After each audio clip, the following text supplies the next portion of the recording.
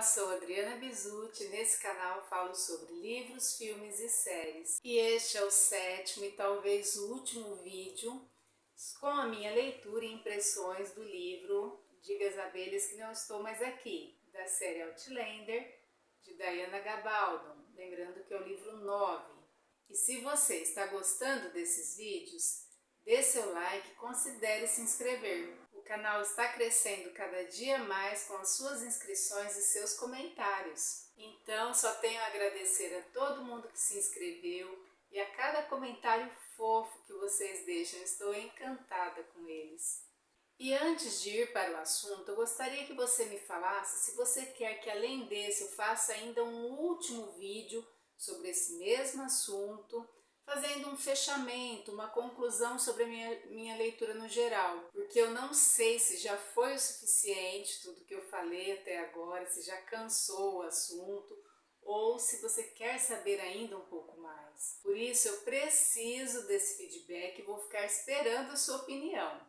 E hoje eu vou falar da quinta parte do livro, cujo título é O Voo de Volta para Casa. Essa é a parte final do livro, tem um bom tanto de páginas também, mas eu acredito que vai dar para falar de tudo em um vídeo só. Parece que a narrativa acelera nessa última parte e muita coisa vai acontecer. Você deve se lembrar que a Claire foi fazer um parto em que nasceram bebês gêmeos. De forma bastante inesperada, o pai desses bebês vai procurar o Jamie, vai ao encontro de Jamie lá na cordilheira. De certa forma, é como se ele fosse retribuir o favor, pois ele chega lá e começa a relatar ao Jamie que ele ficou sabendo por meio de um indígena lá onde ele mora, que o Capitão Cunningham, que é um colono ali do Jamie, mas é também um legalista, vai querer prendê-lo, vai querer prender o Jamie e entregá-lo como prisioneiro a um capitão chamado Ferguson, que é um capitão também legalista. Como podemos observar, a guerra é o pano de fundo ali durante todo o tempo. De acordo com esse relato, Jamie seria preso na noite em que eles fazem o encontro lá na loja maçônica. Jamie então reúne seus homens, conta a eles o que está acontecendo e os chama para protegê-lo e evitar que ele seja preso. Durante essa noite mencionada, que é a noite do encontro, realmente ocorre um conflito. Os homens lutam, Jamie se machuca, mas nada grave. Apenas o Capitão Cunningham leva um tiro entre as artérias e a própria Claire será obrigada, ela vai precisar fazer essa cirurgia para retirar a bala.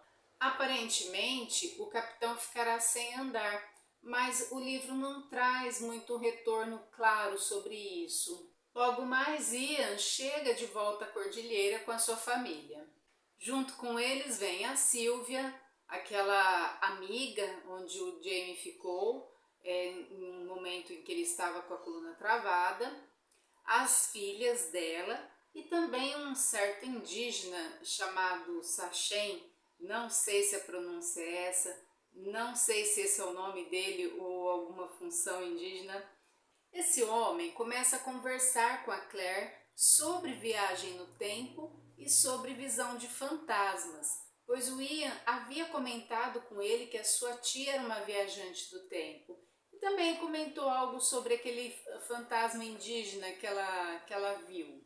Claire lhe contou sobre aquela noite em que ela ficou perdida na tempestade e ela encontrou um crânio, que havia uma opala, uma pedra, opala dentro desse crânio. E mais tarde ela descobriu que esse crânio pertencia a um indígena que também era viajante e que tinha o apelido ou nome de Dente de Lontra. O espírito desse indígena apareceu para Claire naquela noite e foi ele que ajudou a Claire a encontrar o Jamie novamente. O Sr. Sachem também contou a Claire sobre a sua experiência de quase morte e como passou a ver espíritos a partir dali. Essa parte é muito legal, pois ele descreve o Frank para a Claire. Ele diz que ele está vendo esse homem que tem aí todo o aspecto físico do Frank e conta a ela que esse homem está sempre acompanhando ou a Claire ou o Jamie. A Claire então vai se lembrar de uma carta que o Frank deixou para a Brianna falando sobre a profecia Fraser. E relacionando todos esses fatos, Claire vai deduzir que o Frank está tentando alertar o Jamie e não prejudicá-lo. E Frank teria interesse em ajudar o Jamie, pois ele conta que é o Jamie que vai proteger a Brianna. Após o conflito envolvendo o Capitão Cunningham, Jamie vai escrever uma carta a todos os moradores da cordilheira que o traíram, e nessa carta ele os expulsa. Mas um dia ele vai receber a visita de várias mulheres e crianças. Eles vão até Jamie para pedir sua misericórdia. Essa cena é realmente muito engraçada. Elas conseguem dobrá-lo a partir da liderança de uma delas, mas ele exige que os contratos sejam refeitos. Esses contratos agora serão feitos no nome das mulheres e ele exige ainda que todos os homens que ficarem vão até ele para jurarem a sua lealdade. E a melhor parte é o agradecimento. Quando elas já estão indo embora, essa mulher que está na liderança diz a Jamie: de acordo, Senhor, somos muito gratas por sua bondade e indulgência, e mais gratas ainda a Deus por ter nos permitido salvá-lo da culpa de expulsar mulheres e crianças para morrerem de fome. Esse agradecimento vai deixar o Jamie mudo de raiva e vermelho mais do que ele já é. Esse episódio me lembrou muito um poema de Gregório de Matos, é um poeta barroco que algumas vezes escrevia poemas religiosos, mas não sempre. Mas há uma vez em que ele se dirige a Deus argumentando que quanto mais pecador ele é, mais oportunidade ele dá a Deus de se mostrar misericordioso. Pura lábia argumentativa, não é? Depois teremos mais uma novidade com a Brianna. Ela está grávida, mesmo após a Claire ter dito que seria um problema grave para ela ficar grávida, devido àquele probleminha que ela desenvolveu no coração. Claire descobre a gravidez por puro acaso, pois ela está consultando a Brianna logo após o retorno dela de viagem e percebe que há mais um coraçãozinho batendo ali naquele corpo. O bebê vai nascer ali, ainda nesse livro, nesse volume, e ele vai se chamar Davi William Ian Fraser Mackenzie. Aparentemente, nada de anormal vai acontecer com a Brianna, gerando um certo anticlímax. Não que eu quisesse que acontecesse, óbvio, até prefiro que seja assim, mas parecia que algo estava sendo deixado no ar. Eu disse anteriormente que muita coisa aconteceria nessa última parte, e realmente acontecem coisas inclusive desagradáveis. Vai aparecer surpreendentemente um personagem de outros volumes, tido como alguém bastante perigoso. É Ulisses, aquele antigo escravo e ex-amante da tia Jocasta. Primeiramente, ele pergunta sobre o paradeiro dela, ao que Jamie responde que não sabe. Quando ele chegou ali, ele mencionou a Jamie que ele tinha a intenção de se tornar proprietário de terras. E depois de perguntar sobre a tia Jocasta, ele mostra a Jamie uma carta escrita por um secretário que está no lugar do governador, e nessa carta está exigindo a transferência de toda a cordilheira para Ulisses. Vamos considerar que o exército inglês precisava de soldados e o ex-escravo ou escravo que se alistasse ganharia algumas benesses do governo. Ulisses então se alistou e ele alega, para conseguir isso, ele alega que o Jamie mentiu para o governador quando ele ganhou a concessão aí das terras, porque o Jamie era católico e para ganhar essa concessão de terras não poderia ser católico. Na época o governador sabia disso, mas ele fez vista grossas, Só que agora, como mudou o comando ali do local, Ulisses joga com essa informação. A princípio, Jaime fica nervoso, expulsa Ulisses de lá, só que depois ele se toca que Ulisses deu a entender que ele estava com o documento legítimo. Então, Jaime sai no seu encalço para tentar capturar, para tentar recuperar esse documento, só que Ulisses foge. Mas ali no conflito, um soldado dele fica machucado, fica ferido. A Claire cuida do rapaz, ele está com a perna quebrada, ela engessa a perna dele. E ele vai dar a ela alguns objetos que pertenceram à sua avó, que também era uma curandeira. Se eu entendi corretamente, é esse soldado que depois vai embora, quando ele está já quase recuperado, ele vai embora da cordilheira e é ele que vai mandar para Jaime esses documentos legítimos e inclusive o documento que atesta a propriedade do Jaime como dono ali da cordilheira. Agora falando um pouco de William, depois que ele descobre que seu primo Ben é um traidor e que ele está vivo, ele volta para contar tudo ao seu tio e para o seu pai, o Lord John. E chegando em casa, a primeira pessoa que ele encontra é Amarantos, então ele já vai possesso para cima dela.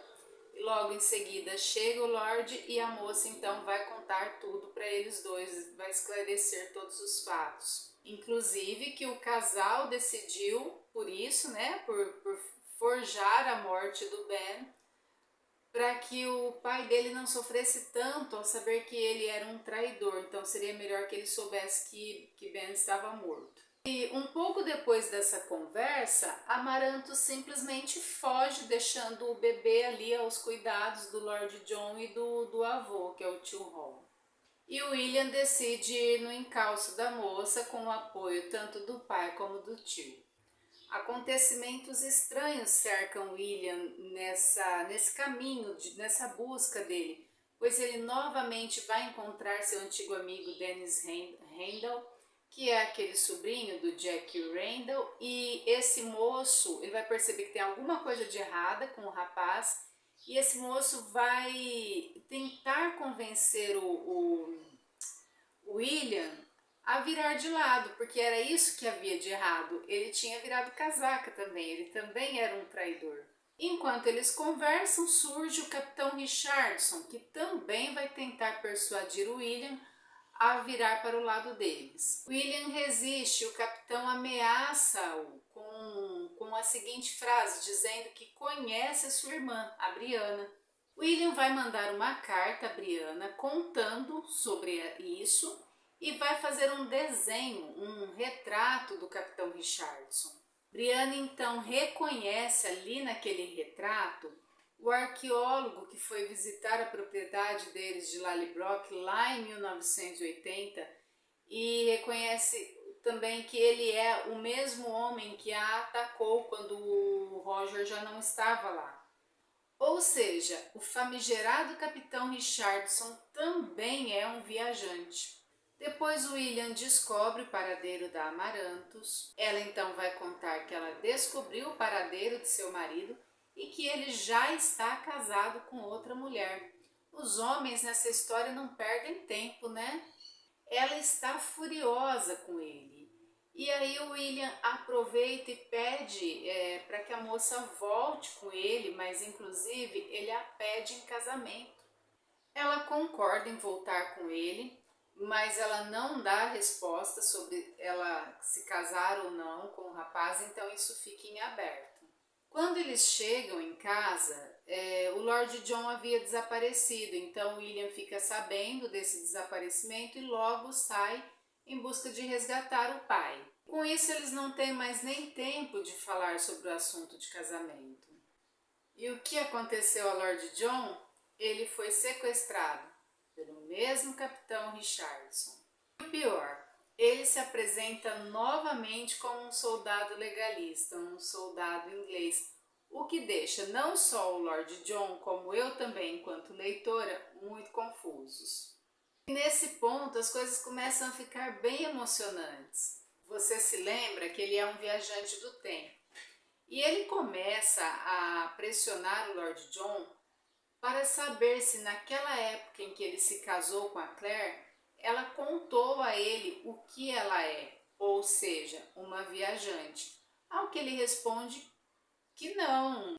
Richardson então começa a expor seu plano. Ele quer chantagear o Conde de Pardoe, que é o tio Hall, que é o irmão do Lord John, para que ele não vá à corte dos lords para pedir que os ingleses parem a guerra.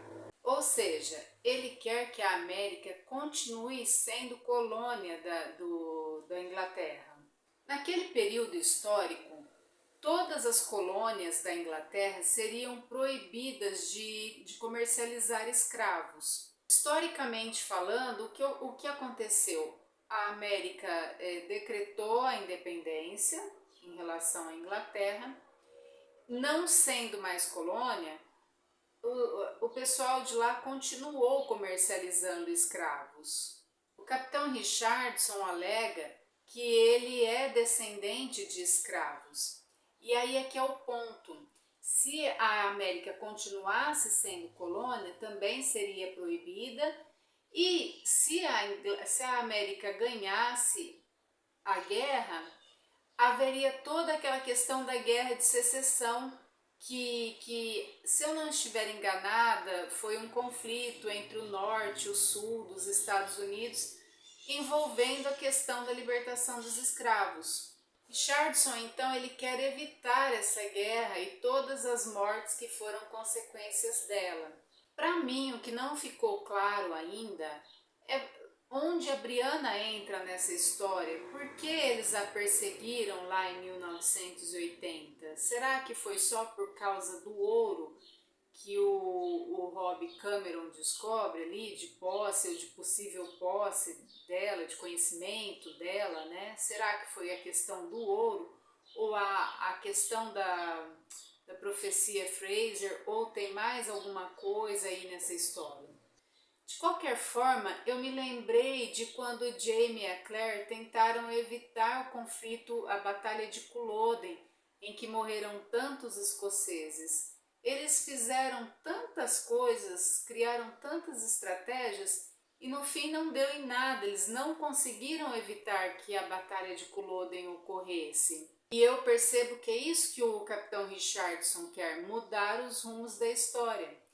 Mas como a Claire e o Jaime tentaram e não conseguiram, eu acredito que ele também não vai conseguir nada. Mas o livro vai terminar com o Lord John ainda prisioneiro e com William chegando à Cordilheira dos Frasers para pedir ajuda ao seu pai verdadeiro, que é o Jaime. E para terminar, eu gostaria de falar um pouco sobre o título, né, que é Diga às Abelhas que não estou mais aqui. Eu imaginava que em algum momento a Claire iria embora da cordilheira e ela mandaria esse recado para as abelhinhas de estimação dela: olha, diga às abelhas que eu fui, hein? Mas não é isso que acontece. O que mais se aproxima de uma explicação é quando Jaime percebe ali pelo livro que o Frank escreveu que ele vai morrer em determinada batalha. Então ele vai também conversar com as abelhas e pede para que elas cuidem da Claire quando ele morrer. Esse diálogo que eu vou falar não acontece no livro, mas eu penso como se o Jaime estivesse pedindo para alguém: olha, diga às abelhas que eu não estou mais aqui, porque nós fizemos um combinado, que quando eu não estivesse mais aqui era para elas cuidarem da Claire. De fato, Jaime realmente quase morre nessa batalha. Era para ele ter morrido de verdade, mas a Claire o encontra, ela vai atrás dele, ela o encontra ferido, super baleado, e ela vai mais uma vez praticar ali um milagre, ela vai trazer o Jaime à vida de volta. Bem, essas são as informações que eu separei aí da última parte. Eu fico aguardando então a sua opinião sobre dar essa geral aí na leitura como um todo, e até a próxima.